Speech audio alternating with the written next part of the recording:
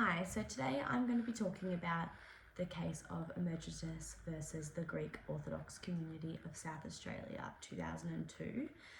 This is a case that went through the Australian courts over 20 years ago, but it was a big case based on whether religious law and civil law can be the same and whether people have rights within contract law and stuff like that. It was a contract law case.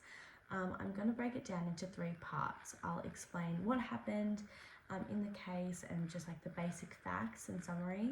Then I'll go over the legal principles and what the courts decided on, and then finally I'll discuss whether I agree or disagree with the court's decision. So the summary of the case pretty much is it's a dispute with a priest, Mr. Emergenous, and the Greek Orthodox community of South Australia. The community is an organisation that manages church activities, hires priests and serves their congregations, basically all the inwards and outwards of the Greek Orthodox Church within that state.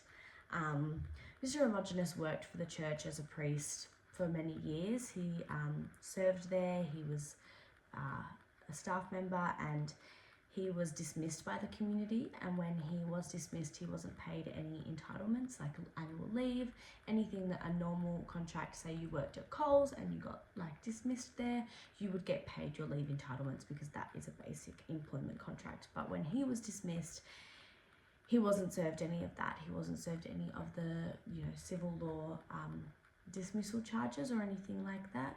And he wanted to argue that that wasn't fair in court. The key question basically is whether Mr. Emergenous had a legal employment contract with the community or if his relationship with the church was purely based on religious ruling.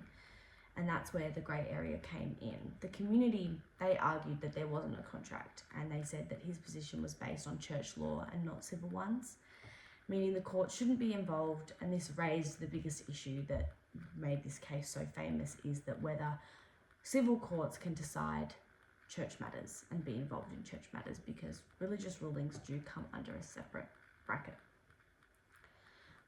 Basically now I'm going to talk about the legal principles determined by the courts and how they saw it, and they broke it down into different sections as well. So the High Court basically had to figure out the relationship between Mr. Emergenous and the church, and whether it was a legal employment contract or whether it was a purely religious agreement. And they came up with a few important points, and there was a few main topics that the courts did discuss. And basically the first one was it an employment contract? Was there a legally binding contract there? For something to be considered a contract, it does have to be in a clear agreement with obligations that follow both sides, and this includes getting paid, having specific duties, having a job description, things like that.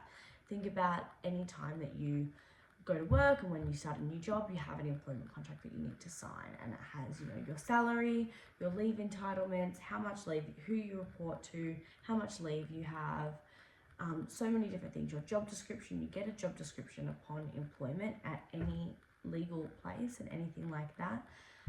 And that's what you follow. And then when you move up in your job or things like that, your job description changes, and you usually have to sign more and more contracts the more promotions that you get. That happens in normal jobs and normal things like that.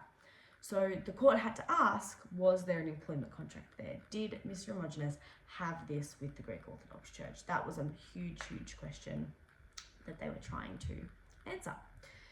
And the court decided that this wasn't the case. There wasn't enough evidence of a formal contract. There wasn't anything there that said, he signed this document, it outlaid this description of his job, he was getting paid this amount for his job, for his time served. There was no legally binding contract that the courts could come up with, so they decided there wasn't enough evidence for a formal contract. Then the second question that the courts did ask, and they did base it on, was church rules versus civil law. The court said that the civil courts can't deal with purely religious issues. If the relationship is based on church rules and not something like a contract, it's not the court's job to get involved. So therefore they couldn't get involved in this, just because there wasn't anything like a legally binding contract there. It was all just verbal, and it was all just a religious agreement. Therefore there wasn't any legally binding thing for them to get involved in. And Also, keeping religious and civil law separate. The judges explained that the civil law is separate from religious law. It has its own bracket. Religious law comes under its own umbrella, and it's very hard to cross over the two. It's not a role of the civil courts to sort out disagreements based on religious doctrine and church rules. That was something that the judge didn't want to get involved in, and it was hard because there was no legally binding contract there. There was no civil rights there for Emergenous. Therefore, it was hard for him. In the end, the High Court ruled the relationship between Mr. Emergenous and the church was based on church laws and not a legal employment contract. So the court couldn't step in. Unfortunately, he was unsuccessful with his lawsuit. And then finally, do I agree or disagree with this decision? See, it's a bit of a hard one because, you feel compassionate about, the poor man. He's worked there for so long and he wants to, be entitled to that, but it's just under a different circumstance and it's hard to, separate your compassion from your legal perspective. But honestly, I do agree with the High Court's decision, and why that is respecting the religious independence. You have to have some sort of respect for religious law and civil law.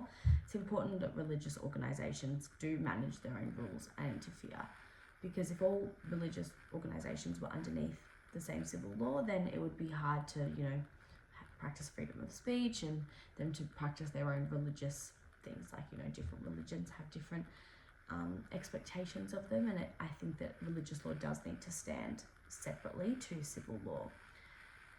It helps religious matters stay out of the messy civil law things like that, and keeping religion separate is important. I also agree because there was no proof of contract there.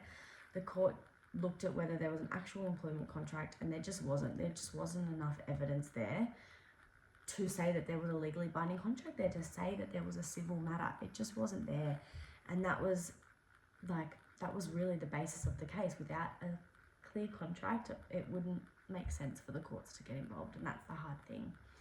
That said, I think this case shows the importance of religious organisations need to be clearer about their relationships with the people who work with them. A lot of people would just assume a job is a job, and they're working, with this organisation, they're getting paid. I feel like they need to be clearer with the expectations and the outset of that. If everything's clear from the start, disputes are avoidable.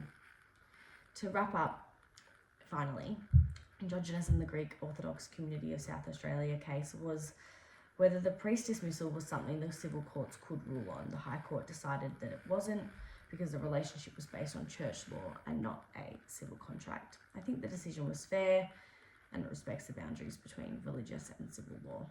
Overall, it basically was whether he had a civil contract and he had an employment contract that came under civil law, whether he had rights when he was dismissed, whether the Greek Orthodox Church had to maintain those civil rights, and there just wasn't a legally binding contract there, and I agree with the court's decision to outrule it and say that it was a religious law. Thank you so much for listening and hearing me talk about the Emergenous versus Greek Orthodox court case of 2002.